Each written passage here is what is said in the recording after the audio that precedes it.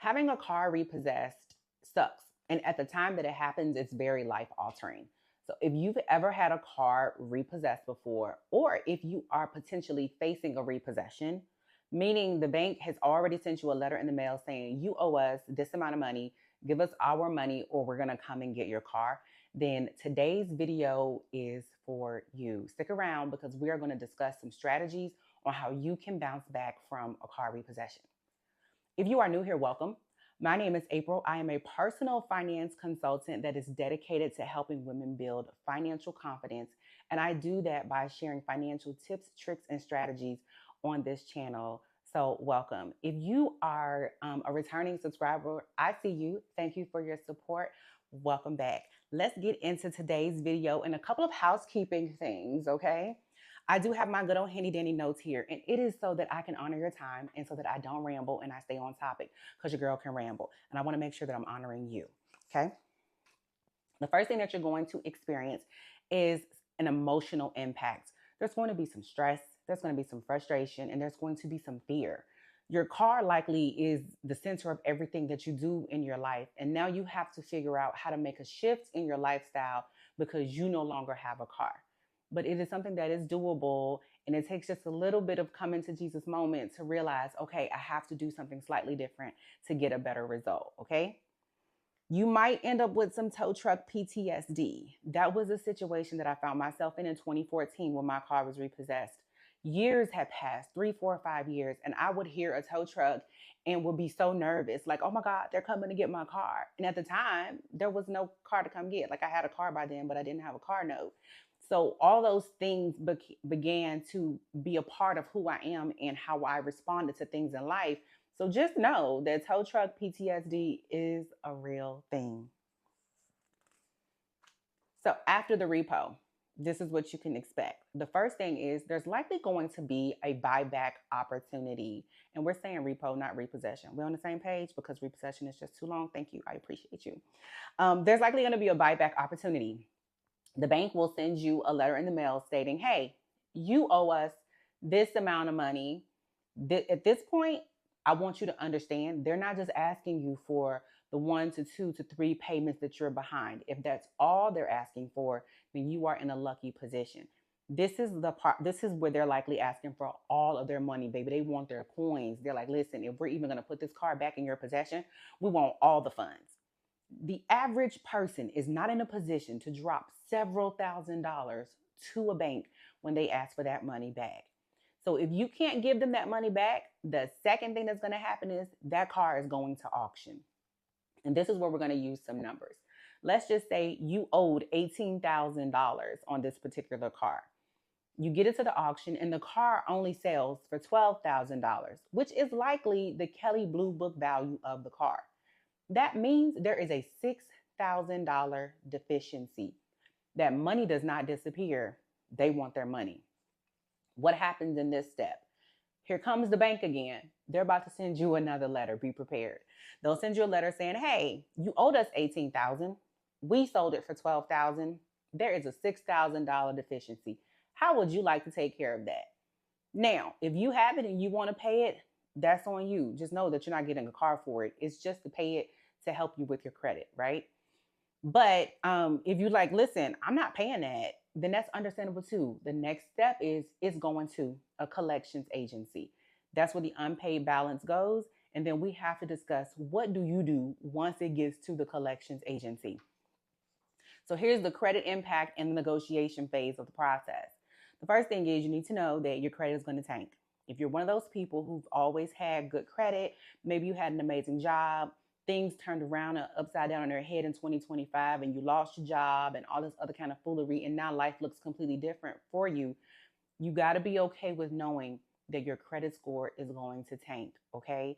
And it's understandable to be upset about, but we don't believe in pity parties, so we're not going to wallow in it because credit scores is based on behavior, so it's fixable.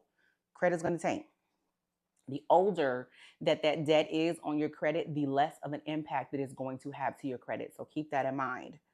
Once it gets to the credit agency, though, you can make a deal with them. You can say, hey, you say I owe $6,000. Maybe I have 3. Will you accept this $3,000 in return for removing this from my credit report. This is not a far-fetched idea. I've had this happen with the car that I had repoed along with several other credit cards. Credit agencies will make deals with you, and they will make deals with you because a lot of the times they buy your debt from your lender pennies on the dollar. So most of the time, whatever you give them is certainly going to be more than probably what they paid for it, okay?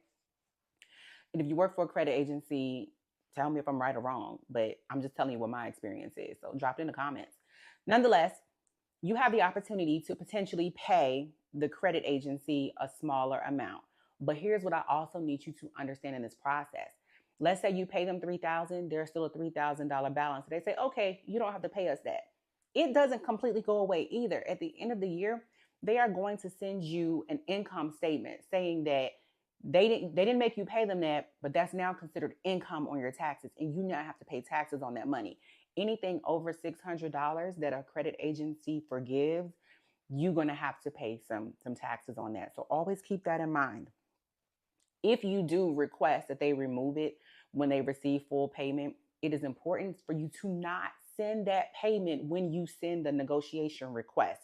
You make sure that you get a letter back from them saying that they accept your terms and your agreements before you send the payment. But we want to be people of our word. So if the credit agency replies and says, yes, we will accept your $3,000 by this day and we will remove it from your credit, that's when you send them a certified check, same day, with a copy of the letter. You want to save all of your correspondence for 7 to 10 years. So any letter that you got from the bank, any letter that you got from the credit agency, any letter you sent them, copies of your payments, everything. You save it because they might be on some trickery and they may come back and say you never paid us. And you can be like, no, baby, I have my receipts right here. I paid you. I know this to be true because it happened to me with some credit cards, not the car, but it did happen to me. And I had proof and then they had to remove it. Okay. The sooner you can get this done, the faster you can get it off of your credit and the faster you can begin to rebuild your credit. But here's the next thing. What does life after a repo look like? You got to get around. You got to get to work. You got to get the kids to school. You need groceries. You got to get to church or whatever the case may be. So you're going to have to tap into some different sources and different means of getting around. You may want to see if you can borrow a car, or you may need to carpool, ride share, bank on public transportation. You might need to do some Ubering and Lyfting or banking on family and friends. You might just have to be willing to tap into your network. Some people will be very understanding, especially if they know your situation. I told people my car was stolen because I was so embarrassed. And it wasn't until a little bit of time had passed that I finally was like, listen, y'all, my car wasn't stolen. It was repossessed. So, but people will be understanding and they will likely be willing to help you out as long as you don't overstay that helping hand. Okay. So just keep in mind some strategies you might have to consider to get around. Although it may suck to not have a car, you got to keep in mind the money that comes back into your budget by not having a car. You now don't have a car note. You likely don't have to pay car insurance. You don't have to pay gas. You don't have to pay maintenance. And then on top of that, you don't have to pay property taxes. That's all money coming back into your budget. Take the opportunity while you have that extra funds to regroup and recover from whatever put you in this position of a repo to begin with. You can save this money. You can start to pay off some debt. You can start to build your emergency fund, or you can create a sinking fund of all this money going into one pot so that you can start to save for another car. Because at some point you are going to need another car, which takes me on to the bounce back strategy. The first thing, please, please, please, please, I beg you, do not run out there and get another car loan right away.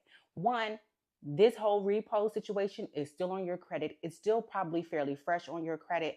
And anybody that gives you a loan at this point, it's going to be extremely predatory. Those interest rates are going to be through the roof, and you're going to find yourself in a worse position. So please, I beg of you, do not run out there and get another car loan right away if you can help it. Two, let's focus on rebuilding your credit. Let's start paying off some stuff. Let's start settling any kind of collections you may have and maybe even get a secure credit card. We are only getting a secure credit card if it's needed and you don't already have a credit card. And we are using them responsibly because you don't want to put yourself in a worse position.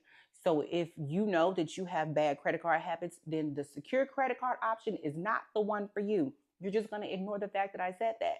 You're going to have to rebuild your credit in different ways.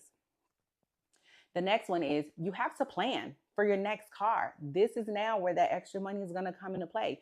Because at some point, you're going to get tired of leaning on other people, asking for help, paying for public transportation, because some of that money that you could have saved to the side, you may now have to use for Uber and Lyft. And baby, they rob us. They charge way too much for their transportation. You need to start plotting and planning for what it's going to look like when you get ready to buy your next car. That means trying to save up enough money to buy that car in cash. When you get to a good stable position, maybe you need to get a smaller loan, or maybe it looks like you just getting a more affordable car. So I was somebody that was used to luxury cars. I had to bring that thing all the way back down. I ended up in some very modest cars, Toyotas and Hondas, and there's nothing wrong with them. That just wasn't what my lifestyle was at the time. And I had to eat a piece of humble pie and realize I was in a bad position and I had to figure that thing out. So the whole thing is you want to plan for what your next car is going to be and how you're going to go about attaining it. Remember, it's just a setback. It is not the end of the world. It is a small paragraph in your entire chapter book of life. It sucks while you're in it, but we're not going to have a pity party because credit is something that we can rebuild. Cars are something that we can get back. It's all in the strategy. If I said something today that helped you out, drop me a note in the comments so that I can know that this kind of information is helpful for you. If you have not subscribed, what are you waiting for? Make sure you subscribe and join in so that you can be privy to all the tips and tricks and strategies that I'm here to give you for the free. Okay. Also, remember that be kind to yourself. It's important when you go through these kind of things, you tend to beat yourself up a lot. That doesn't help you from a mental health perspective. It doesn't help you get to the next phase. So be kind to yourself.